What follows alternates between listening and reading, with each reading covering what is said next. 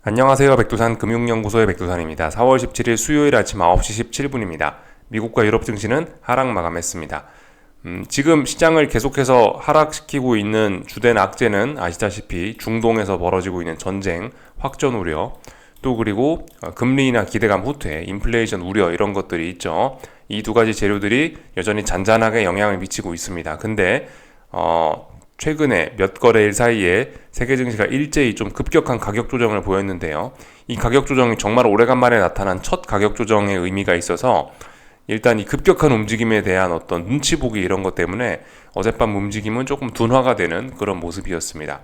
유럽 증시는 조금 많이 빠졌는데 유럽 증시가 많이 빠진 거는 그 전날 미국 증시가 빠진 거에 대한 뭐 뒤늦은 반영 뭐 이런 게 좀 이런 의미가 좀 있습니다.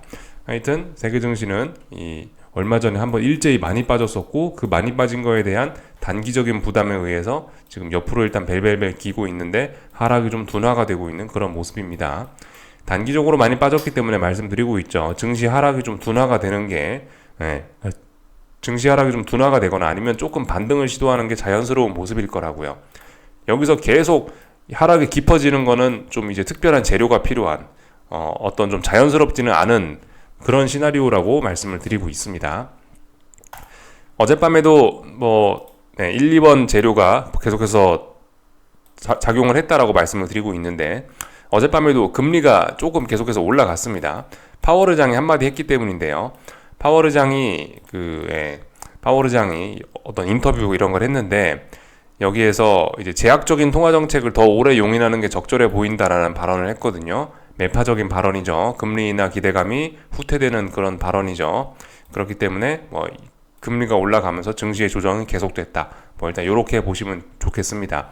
여러 가지 재료들이 있긴 있지만은 어젯밤에는 일단 2번에 조금 더 주목이 된 그런 모습이에요.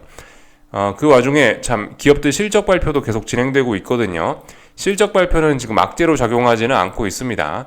일부 기업들은 좋은 실적, 일부 기업들은 안 좋은 실적을 발표하면서 특정 기업의 실적이 막 시장에 전반적으로 좋은 영향이나 악영향을 미치고 있지는 않은 상황이고 각각 실적 발표된 개별 주식에 실적이 발표된 그 해당 주식에만 좀 제한적으로 영향을 미치고 있는 일단 그런 상황입니다. 근데 아무튼 실적이 막 시장을 막 크게 하락시키는 그런 요인은 아직까지는 아닙니다. 얘는 아직까지 어떤 기대감 이런 걸로 좀 좋게 작용을 하고 있는 듯합니다. 이런 것도 증시의 하락이 둔화되는 어떤 한 요인이라고 볼 수가 있겠죠. 그래서 일단 이런 일들이 있었다. 타이틀 보시면 중동 위험 여전히 써있죠.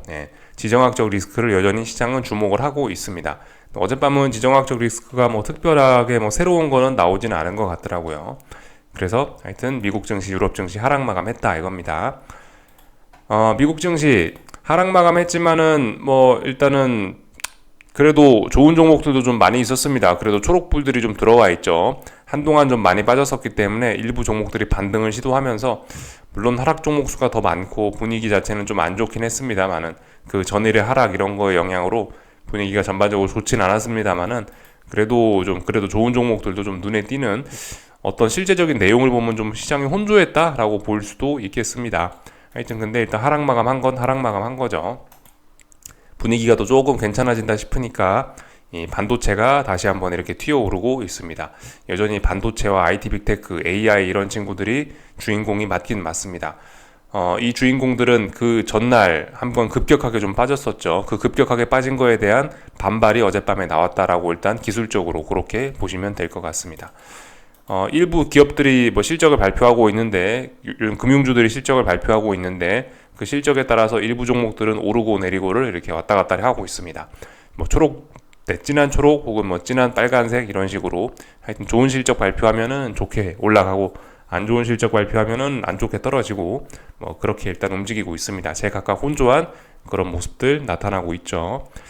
어젯밤에 보시면은 또 국제유가 또 찔끔도 떨어지긴 했거든요. 국제유가가 움직임이 요즘에 좀 둔하거든요. 그래서 계속해서 에너지 섹터의 조정도 좀 길어지고 있는 그런 모습입니다. 그리고 요즘에 금리가 계속해서 올라가다 보니까 그 지역은행들, 금리가 올라가면 치명적인 게 지역은행들과 상업부동산 이런 쪽이죠. 지역은행과 이쪽 부동산 섹터들은 새빨간색이 들어와 있습니다. 러셀 지수는 또 어젯밤에도 안 좋았을 겁니다. 그죠? 러셀 지수가 낙폭이 제일 큽니다. 그러니까 다시 약간 평상시 시장 느낌으로 좀 돌아왔다라고 할까요? 이런 느낌입니다. 금리가 좀 올라갔거든요. 금리가 오른 거에 대해서 좀 금리에 민감하게 반응하는 친구들, 중소형주들이 조금 더 많이 빠진 이런 모습입니다. 그러니까 어젯밤에는 막 급락장 그런 건 아니었다라는 거죠. 그래서 일단 그래서 이런 일들이 있었고요. 기술적인 측면으로 보자면은 그렇습니다. 그냥 계속해서 가격 조정 진행 중인 거고요. 다만 워낙 급격하게 많이 빠지고 있기 때문에 어떤 약간 일단 하락이 둔화가 되는 모습, 가격 조정 진행 중인데 가격 조정이 좀 둔화가 되는 모습. 여전히 금리와 달러가 올라가고 있기 때문에 증시 조정도 더 지속될 것이라고 볼 수 있긴 있는데요. 하여튼 지금 어떤 측면에서 생각보다 급격한 하락 전환도 가능한 그런 상황이긴 한데, 어쨌든 근데 지금 이 정도 가격 조정이라면은 어쨌든 아직까지 시장이 잘 버틸 가능성도 좀 충분히 있어 보이긴 합니다. 특히 나스닥이 그래요. 나스닥의 가격 조정이라고 해서 빠진 게 고작 이만큼입니다. 여기서 좀 훅 빠져야, 이번 가격 조정이 좀 깊게 내려와야지, 그래야 이제 다음번에 한 번 더 올라가면서 고점을 테스트할 때 고점이 낮아질 것 같다, 이런 이야기를 할 수가 있는데, 아직까지는 솔직히 가격 조정으로 발전이 되긴 했지만은 이 솔직히 너무나 강한 모습이긴 합니다. 좀 가격 조정이 얼마나 깊어지냐에 따라서도 우리가 그런 걸 생각을 할 수 있잖아요. 그러니까 가격 조정이 예를 들어 특정한 자리를 붕괴시키면서 가격 조정이 일어나고 있다. 근데 이 가격 조정이 어디까지 나타나느냐? 여기까지 빠졌다가 다시 올라가는 거 하고, 쭉 빠졌다가 다시 올라가는 거 하고, 다음번에 고점을 높일 수 있을지에 대한 우리의 어떤 그런 기대감이나 예상이 좀 달라질 수 있죠. 하여튼 지금 미국 증시는 어쨌든 아직까지도 굉장히 강하긴 합니다. 조금 좀 더 빠져야, 여기서 좀 가격 조정이 한참 더 깊어져야, 그래야 다음번에 고점을 못 높일 것 같은데, 그럼 이제 하락 추세로 좀 전환 가능성이 있을 것 같은데 라고 이렇게 좀 생각을 할 수 있을 것 같아요. 하여튼 이런 모습입니다. 그러니까 예를 들면 한국 증시, 코스피나 코스닥처럼, 특히 코스닥처럼 이렇게 좀 많이 빠져야, 다음번에 니네가 다시 반등을 시도해봐야 여기 고점을 넘긴 어려울 수 있겠구나라고 하면서 이제 이런 생각을 할 수 있다는 거죠. 이렇게 많이 빠진 친구들도 있는데, 하여튼 미국 증시는 아직까지 매우 잘 버티고 있고, 나스닥도 어쨌든 매우 잘 버티고 있어가지고, 일단 조정이 아직 끝난 건 아니라서 어디까지 빠질지 모르긴 하는데, 지금 상황에서는 아직까지 이런 낙폭을 보면은 굉장히 강합니다. 만약 여기서 얘가 또 상승하기로 마음을 먹는다면은 진짜 다음번에는 엄청나게 무서운 급등도 나올 수 있긴 있을 겁니다. 언젠가 또다시 세상의 또 긍정적인 면만을 또 바라보게 된다면요. 근데 말씀드렸다시피 아직까지는 증시 조정, 금리의 상승이 계속 지속되고 있는 그런 구간입니다. 여기 채권 선물 이런 거 보시면 아시겠죠? 계속해서 얘가 아래로 떨어지고 있잖아요. 지지력 없죠? 그리고 여기 전저점까지 사실상 목표치 열린 거잖아요. 지금이 10년 금리 선물인데요. 여기죠. 지금 이 자리, 이 자리가 어떤 매물대 지지리선이기 때문에 여기서 일단 약간 하락에 주춤을 하고 있는데, 하여튼 아직까지 지지력은 보이지 않습니다. 그러니까 이 말은 뭐다? 금리는 아직 더 올라갈 수 있다. 금리의 상승이 아직 끝나지 않았다라는 거를, 이런 걸 보면서 우리가 알 수가 있죠.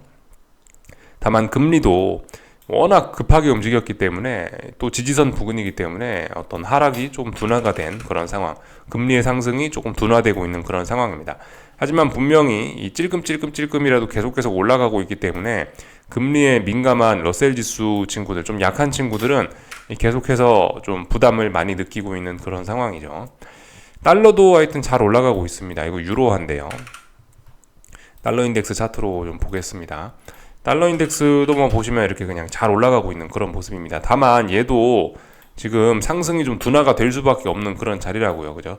상승 목표치도 어느 정도 다 충족을 했고, 워낙 무거운 저항권에 왔기 때문에, 일단 물론 계속해서 달러가 강할 만한 재료가 나타나면서 달러가 강하긴 강한데요. 근데 사실 이 정도까지 올랐으면은 지금의 달러 강세는 앞으로 금리나 기대감이 후퇴될 거를 어느 정도 반영을 하고 있다라고 벌써 볼 수가 있는 정도이긴 합니다. 그래서 일단 지금 기술적인 측면으로 봤을 때는 상승이 좀 매우 둔화되는 게 자연스러운 자리에서 그런 흐름이 나타나고 있죠. 여기서 일단 계속해서 일단 좀 조정이 일어나거나 좀 일단 그럴 모습인 것 같고, 일단 그런 모습입니다. 지금 이 10년물 국채 금리는 보시면 아직까지 힘이 더 남아 있거든요. 좀 더 오를 수 있어요. 물론 지금도 많이 올랐습니다만은 아직도 더 많이 오를 수 있는 그런 여유가 좀 더 있습니다. 그래서 아직 이 10년 국채 금리는 아직까지 뭐 금리나 기대감이 후퇴한 거를 완전히 반영했다라고 하긴 조금 좀 더 어려울 것 같아요. 더 올라갈 수 있는 그런 공간이 아직 더 있어 보이고요.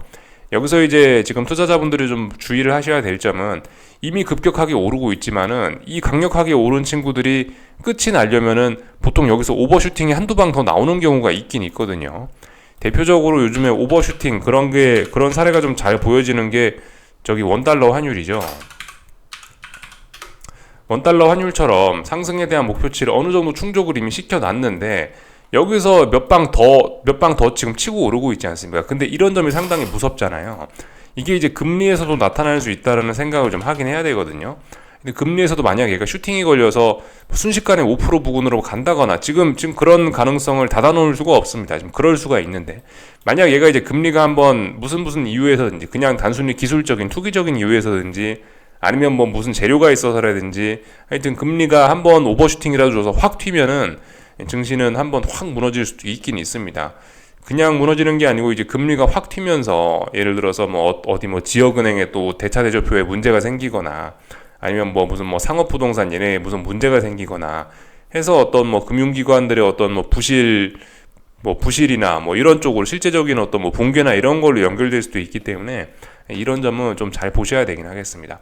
하여튼 잘 올라가고 있고요. 지금은 차분하게 올라가고 있지만 아직까지 상승 목표치를 알 수가 없고 이거 오버슈팅이라도 걸리면은 큰일 날 수 있다라는 거를 좀 주의를 해야 되겠다 말씀을 드려봤습니다. 주식시장 변동성 지수는 가벼운 조정, 그죠? 한동안 많이 달렸으니까 좀 조정, 상승 추세 중, 또 올라갈 수 있습니다. 얘도요. 아직까지 뭐 저항권이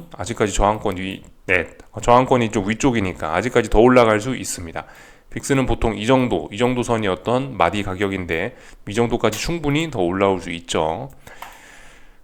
전반적인 내용들 좀 본 것 같고요. 유럽 증시는 어젯밤에 이렇게 계속해서 하락 이어나가는 모습. 얘도 뭐 가격 조정이라고 볼 수가 있겠죠. 네. 그러니까 이렇게 뭐 그래도 이 정도라도 빠지면은 다음번에 얘가 반등할 때 그래도 전고점 부근까지는 올라올 수 있겠다. 뭐 이런 기대 정도는 할 수 있다고요. 근데 만약에 여기서 좀 더 빠진다. 그럼 이제 올라오더라도 전고점 넘어서기는 어려울 수 있겠죠. 그러니까 그런 식으로 지금 낙폭이 과연 이번에 조정이 얼마나 되느냐가 하여튼 중요한 포인트가 또 될 수가 있을 겁니다. 하여튼 아직까지는 조정 진행 중이고 의미 있는 매수세 없다. 보편적인 투자자분들은 할 게 없다 이겁니다. 다 봤고요. 하여튼 애플도 조금 좀 위기. 다시 전저점 부근까지 오긴 왔습니다. 애플도 살짝 좀 위기. 하지만 여전히 어젯밤 그 대장들은 강했습니다. 엔비디아 중요한 자리 잘 지키고 있습니다. 물론 고점이 낮아지면서 약간 불안하긴 합니다만은 아직까지 어떤 불안함을 조금 좀 지울 수는 없는 그런 상황. 근데 아직까지 굉장히 강합니다. 마이크론도 어젯밤에 뭐 살짝 반등 시도했죠. 얘도 아직까지 뭐 중요한 지지선 다 잘 지켜주는 그런 모습입니다. 반도체 지수들도 이렇게 잘 버티고 있고요. 반도체 지수들도 이렇게 보시면 아직까지 가격 조정으로 연결되지는 않았다 이겁니다. 참 얘는 이 자리 붕괴되면 하락 추세로 전환인데 아직 그것도 아직까지는 그 불안함이 계속 살아 있습니다. 계속해서 불안한 모습입니다. 언제든 붕괴될 수 있어요.